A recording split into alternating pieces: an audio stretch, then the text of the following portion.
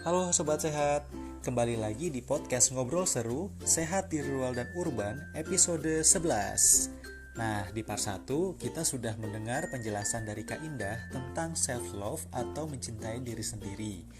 Nah, di part 2 kita akan dengar sesi tanya jawab interaktif dengan teman-teman kita di Sumba. Yuk kita dengerin.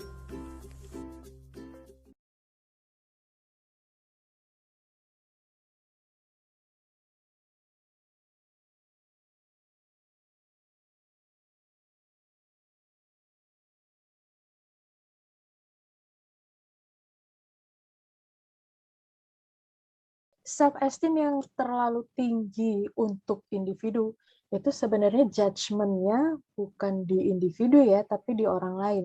Mungkin di individu dia tidak merasa saya terlalu percaya diri, enggak, tapi orang lain yang melihat. Nah, disitulah seleksi itu terjadi. Seleksi apakah self-esteem saya terlalu tinggi, atau apakah memang reaksi saya terlalu berlebihan untuk menanggapi situasi ini. Jadi, si individu bisa belajar, kalau menghadapi situasi ini, di teman-teman yang ini, saya harus bereaksi bagaimana. Like that. Ada boundaries, ada self-respect. I can do this, but I can keep it for myself. Aku bisa melakukan ini, tapi aku bisa nggak perlu menunjukkan ke mereka. Nanti tahu-tahu ada hasilnya. Gitu. Like that.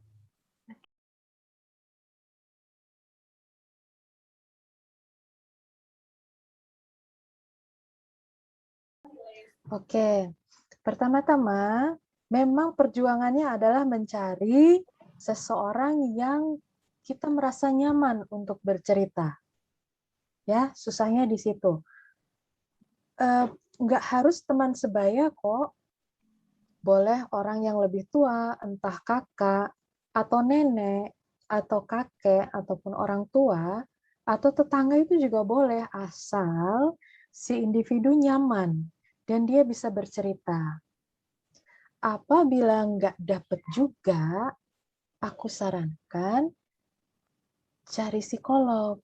Karena self-harm itu sudah masuk ke ranah gangguan. Gitu. Jadi proses pemulihannya tidak bisa hanya sekedar bercerita. Itu harus digali lebih dalam lagi apa yang mengganggu emosinya, apa yang mengganggu pikirannya, supaya bisa dipulihkan seutuhnya. Dan itu ada terapi-terapinya.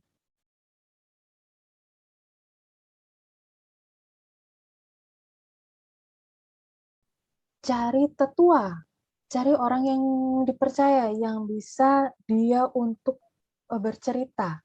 Itu aja, yang dia nyaman, siapapun.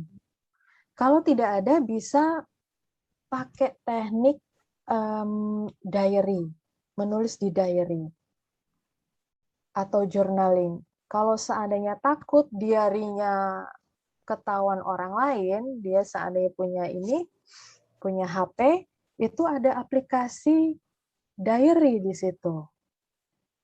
Jadi ada passwordnya, like that. Atau kalau mau agak nyeleneh sedikit, bikin akun alter. Tahu ya akun alter? Untuk Apa itu? mengeluarkan akun alter, akun palsu, Hmm. untuk mengeluarkan unek-unek. Like that. Tapi jangan Jadi, lupa di private. Dan nggak usah berteman dengan siapa-siapa, karena itu adalah akun alter. Itu jalan kepepetnya.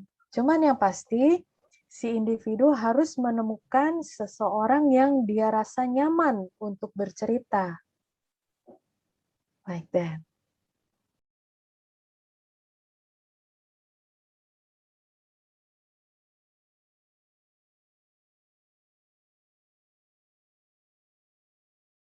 Dengan tekanan yang seperti itu, dengan diksi bahasa yang seperti itu, aku bisa simpulkan itu sudah belajar menjadi dewasa sendirian.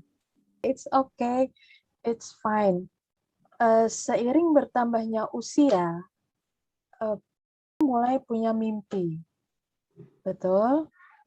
Mulai punya keinginan, dan circle sosial itu akan semakin mengerucut. Ya, it's okay orang lain mau ngomongin jelek, mau ngejudge macem-macem, it's okay. Itu hak mereka. Pun dengan punya hak untuk mengaktualisasikan diri. Betul. Karena aktualisasi diri selama tidak mengganggu orang lain, itu adalah hak dan kebebasan, dan itulah diri sendiri seorang. Nah, semakin dewasa, cerita-cerita terus segala macam ini nggak perlu didengerin.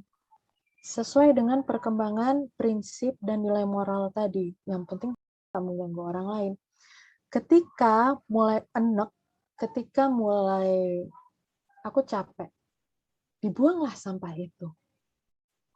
Jangan disimpan, jangan terus mendendam, jangan terus lihat aja ya ntar. No, nggak perlu. Itu hanya, omongan-omongan itu hanya angin lalu, ilalang yang bertiup. No, nggak perlu dipedulikan. Stick to your path. Tetap pada arahmu. Kalau kata Club Project begitu, tetap pada arahmu sejak dulu gitu. Nggak perlu dipedulikan. Karena apa?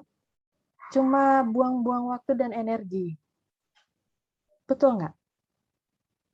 Kalau punya prinsip yang kuat dan dari cara berbicara, itu bisa dilihat orang yang kuat, sangat kuat malah. Bisa menerima tekanan dan beban sedemikian berat. Tetap pada arahmu, sejak dulu. Penuhi, jalani. Fokus, hasilkan sesuatu. Udah, itu aja.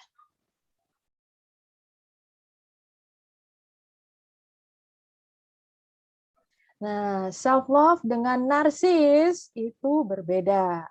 Oke? Kalau self-love itu menyadari kelebihan dan kekurangan dirinya. Sementara kalau narsis, aku lebih, aku lebih, aku lebih.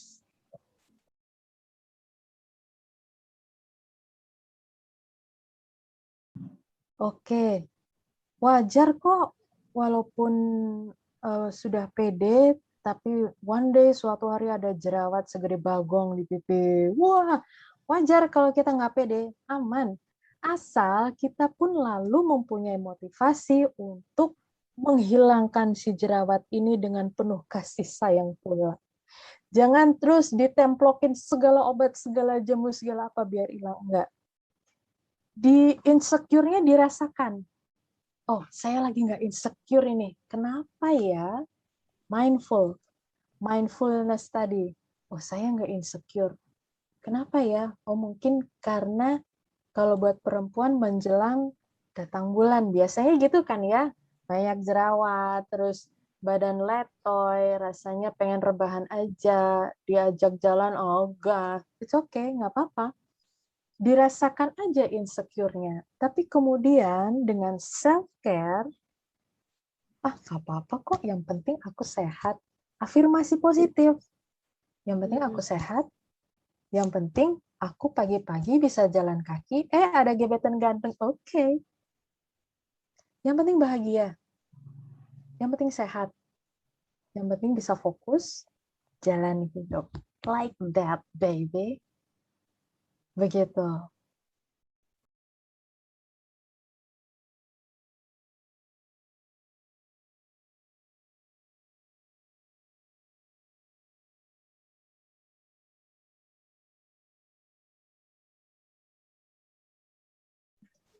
Gemuk itu jangan diidentikan dengan tidak sehat. Oke, selama asupan kita sehat, selama kita berolahraga, bentuk badan, morfologi tubuh tadi itu kan beda-beda. Ada yang tulangnya besar, jadi memang dia lebih besar bentuk tubuhnya daripada teman yang lain. Ada yang struktur tulangnya kecil, jadi dia badannya memang lebih kecil dari teman yang lain. Kita nggak bisa membandingkan, wah ini gendut banget nih, nggak. Wah ini kurus banget nih, nggak bisa. Selama yang bersangkutan merasa sehat, asupannya selalu sehat, dia berolahraga, dia berpikir sehat, itu sehat. Gitu. Nggak bisa dibandingkan setiap individu dengan individu yang lain. Jadilah diri sendiri, seperti itulah body morfologimu. Ya, be happy and love that body gitu. Cintai diri sendiri.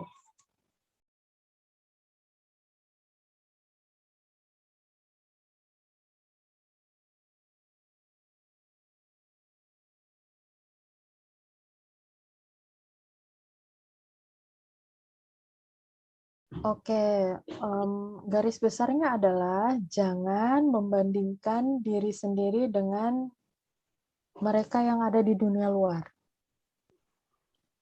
Karena kalau membandingkan diri sendiri dengan mereka yang di dunia luar, kita pasti langsung I'm nothing, aku bukan siapa-siapa, like that. Yang ada kita harus melihat ke dalam. Oke, saya remaja, saya beranjak dewasa, saya suka apa? Saya suka nyanyi, nyanyilah. Saya suka nari, narilah. Entah nanti akan terbuka jalan itu terlihat oleh semua orang kamu menari atau menyanyi. Yang penting kamu suka, kamu jalani, jadi diri sendiri, live the life to the fullest. Ikut bahasa Indonesianya apa? Hiduplah sesungguh-sungguhnya. Kamu diberi hidup, hiduplah dengan hidup itu. Hidupilah hidup. Have fun. Bersenang-senanglah dengan hidupmu. Jangan dibandingkan dengan orang lain. Kalau dibandingkan dengan orang lain, kita layu. Kita nggak sama. Nggak bisa dibandingkan. Jadi apapun minatmu, siapapun dirimu, kamu inginnya apa, jalani. Perjuangkan. Hidup.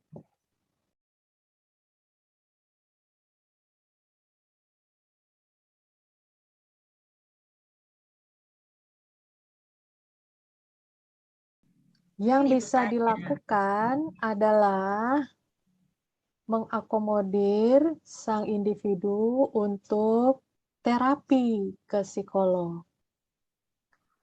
Karena hal itu sudah masuk ke gangguan mood. Ya.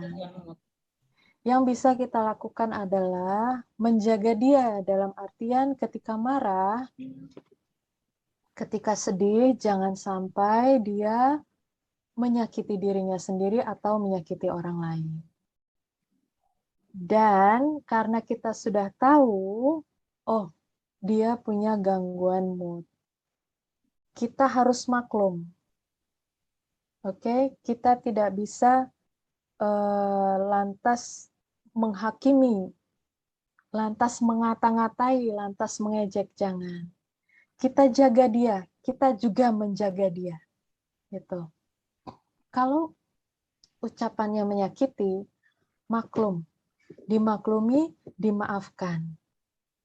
Lalu kita ajak, yuk ke psikolog supaya hal yang mengganggu ini bisa diredam, supaya dia tahu apa sih yang sudah mengganggu saya sekian lama sehingga mood saya seperti ini. Like that. Jadi sama-sama enak, sama-sama saling menjaga. Dia tahu apa yang dia rasakan, yang bersangkutan tahu nggak kalau dia ini punya karakter emosi meledak-ledak? Dia kadang-kadang sadar, kadang-kadang tidak. Oke, berarti tahu ya. Dan dia merasa terganggu juga nggak? Ya, terkadang. Oke. Bisa diajak ke psikolog. Itu. Atau kalau memang tidak ada psikolog, bisa minta tolong bantuan orang yang dia rasa nyaman. Entah mungkin pendeta ya, atau pastor ya. untuk bercerita kenapa dia seperti ini, kenapa dia sampai meledak-ledak, apa yang membuat dia meledak. Kadang sampah-sampah alam bawah sadar yang disimpan cukup lama itu yang memicu sebuah emosi, entah marah, entah tiba-tiba menangis yang terseduh-seduh, atau entah tertawa terbahak-bahak, bahkan mungkin sampai ada gangguan tidur, betul? Ya, betul. Dia sampai Ya, gangguan tidur. ya Udah betul. pasti. Kalau bisa ke psikolog. Dan itu hal-hal yang dia pendam di dalam itu harus terus diceritakan, terus diungkapkan sampai dia tahu, sampai keluar semua itu sampah alam bawah sadar. Begitu, Kak Ya. Tina. Terima kasih Kak Tina, terima kasih Kak Im sudah sharing berbagi dengan kita 1,5 jam ini ya.